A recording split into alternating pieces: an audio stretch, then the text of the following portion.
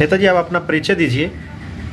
मैं सोनू प्रधान त्रिदेव युवा धार्मिक कल्याण समिति का अध्यक्ष हूँ और कांग्रेस पार्टी किराड़ी जिले का एससी डिपार्टमेंट से उपाध्यक्ष। आप अपनी समिति जो आप बता रहे हैं, इस समिति में आप क्या क्या कार्य जनता के लिए करते हैं? इस समिति में शुरू से ही कुछ ना कुछ कार्य चलते रहे हैं। पहले हम जागरण वगैरह, रामलीला या बहुत सारे कार्य करते थे और अभी छठ घाट एक बहुत बड़ा मेरी समिति के द्वारा बनाया गया, जिसमें सरकारी कोई फंड नहीं लिया गया। वो घाट जो है समिति ने अपनी तरफ से बनाया। और कांवड़ शिविर भी सुल्तानपुरी में सबसे बड़ा मेरी समिति के बैनर के नीचे लगता है। बेटियों की शादियां भी कोई गरीब मिल जाता है तो उस बेटी की शादी भी मेरी समिति कराती है। और क्षेत्र में आपने देखा होगा कि पूरा वार्ड मेरा सजा हुआ है।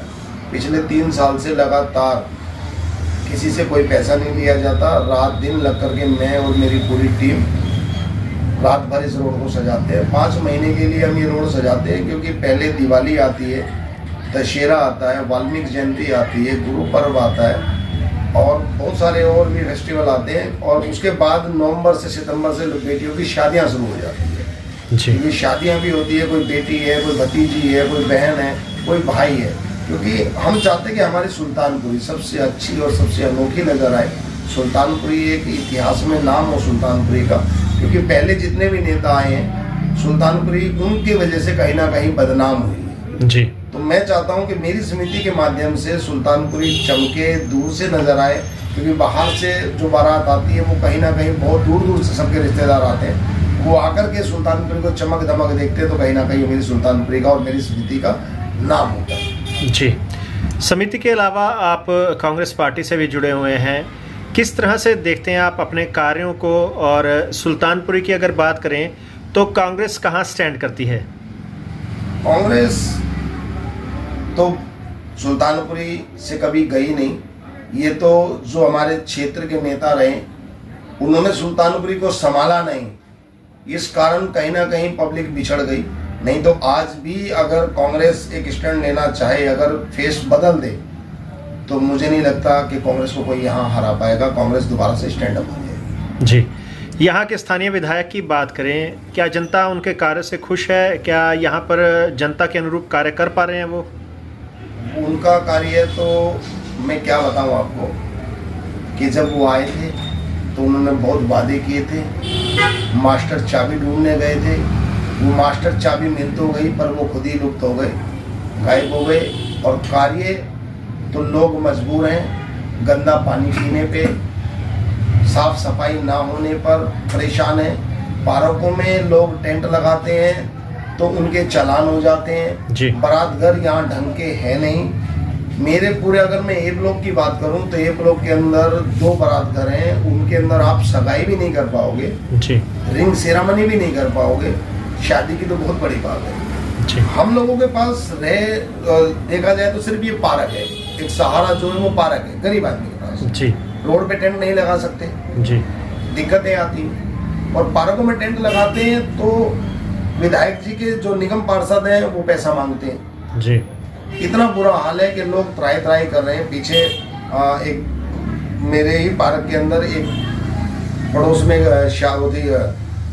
जागरण था, उसमें 25,000 रुपये का चालान माननीय विधायक द्वारा कटवाया गया जी, टेंट लगाने पर जी। अगर बात करें सुल्तानपुरी के दूसरे मूलभूत सुविधाएं या मुद्दों की, तो शिक्षा व्यवस्था और हेल्थ को लेकर यहाँ पर कितने अच्छे कार्य जनता के लिए हो पाए हैं? कुछ नहीं है, जीरो है। अगर हम मोहल्ला क्लिनिक की बात करें तो बंद पड़े हैं जी, वहाँ समेक भी रहे, डॉक्टर नहीं मिलता टाइम पे, दवाई नहीं है जी। अगर शिक्षा की बात करें तो स्कूलों को दिखा रहे हैं केजरीवाल जी, हमारे यहाँ करके ये ना मेरे बगल में ये, उसको आके देखे जरा जी। उसके अंदर तो दुर्घटना होने के पूरे चांस है। लेंटर पूरा टपक रहा है, पढ़ाई का कोई ज्ञान नहीं है, बच्चों को पढ़ाते नहीं है टीचर जी, कुछ नहीं है, शिक्षा जीरो है सुल्तानपुरी के अंदर जी। सुल्तानपुरी में एक और बात सुनने में आती है कि सुल्तानपुरी का युवा जो है नशे की तरफ बढ़ता चला जा रहा है। यहाँ सट्टा और नशा का जो कारोबार है वो चरम सीमा पर है, इस बारे में आप क्या कहेंगे? देखो जी, जब क्षेत्र का चौकीदार सो जाए जी, यानी कि घर का जो बड़ा होता है वो घर को पूरा बांध के रखता है, घर जी। की देख रेख करने वाला वो होता है। जी तो हमारे क्षेत्र का विधायक जब सो रहा है जी तो नशा तो बढ़ेगा, क्योंकि क्षेत्र विधायक अगर चाहे जी तो सट्टा भी बंद हो सकता है, स्मैक भी बंद हो सकती है और दारू भी बंद हो सकता है, परंतु विधायक जी अच्छी खासी कमीशन लेकर के शांत बैठे हैं, क्योंकि जी। मेरे क्षेत्र के नहीं है, जी बाहरी नेता हैं। जी उन्हें क्या पता 25 गज का जो दुख और सुख जो हम झेल रहे हैं उन्हें नहीं पता। वो कई हजार गज की कोठी में रहते हैं, उन्हें इन चीजों से कोई मतलब नहीं है। जो आज सट्टे को लेकर के और समय को लेकर के त्राही त्राही सुल्तानपुरी के अंदर हो रही है, जी। वो हमारे क्षेत्र विधायक के कानों तक जाती ही नहीं है। जी अगर हम बात करें कांग्रेस की न्याय यात्रा की, कांग्रेस इन दिनों न्याय यात्रा निकाल रही है, इसका चुनाव पर कितना असर पड़ता हुआ नजर आ रहा है? अच्छा खासा मुझे लगता है कि अच्छा खासा प्रभाव पड़ेगा और पड़ना भी चाहिए। जनता को जगना भी चाहिए, जागरूक होना चाहिए जनता को, क्योंकि जो ये न्याय यात्रा निकल रही है वो जनता की जी। है, जनता की लड़ाई है, जी जनता का विश्वास है राहुल गांधी जी पर। जी। मुझे लगता है कि जो न्याय यात्रा राहुल जी निकाल रहे हैं वो न्याय यात्रा हमारी कामयाब होगी और जरूर होगी। भारतीय जनता पार्टी की बात करें तो सुल्तानपुरी क्षेत्र में भारतीय जनता पार्टी का कितना वर्चस्व है? क्या वो भी चुनाव पर कुछ असर डालती है?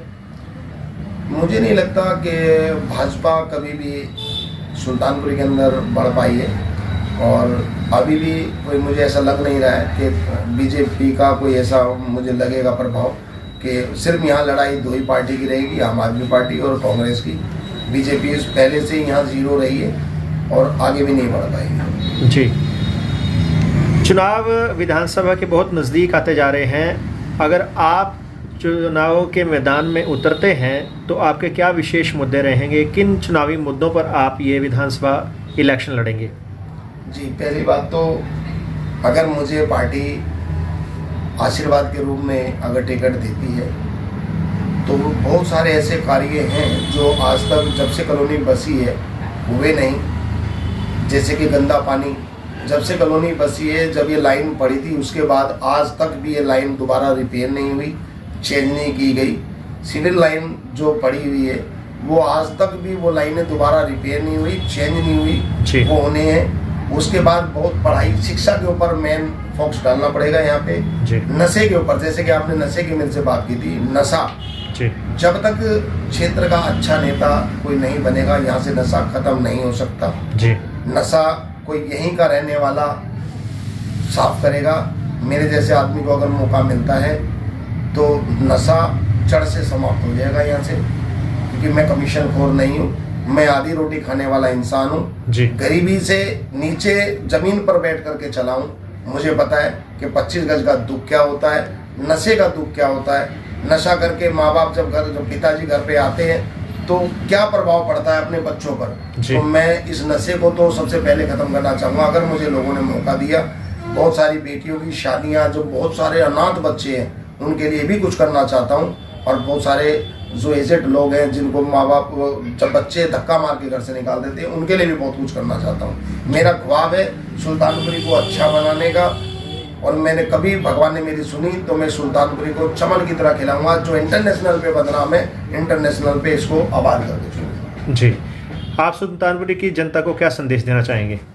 मैं जनता को यही संदेश देना चाहूँगा कि जो भी वोट करे इस बार बड़ा सोच विचार के करें। जी, बहके नहीं, झांसे में ना आए। जी, क्योंकि हर 5 साल बाद कोई ना कोई नया बरसाती मेंढक आता है, हमें लुभाता है, हमारे पैर पकड़ता है, हर बार हमें पागल बनाता है, हमारा कीमती वोट लेकर के चला जाता है। उसके बाद 4.25 साल तक हमें आंख दिखाता है। तो जनता से हाथ जोड़कर यही विनती है, अपना कीमती वोट बड़ा ही सोच विचार के करें, किसी की बातों में ना आए, बहकावे में ना आए। अहम बात में बात करने के लिए आपका बहुत बहुत धन्यवाद।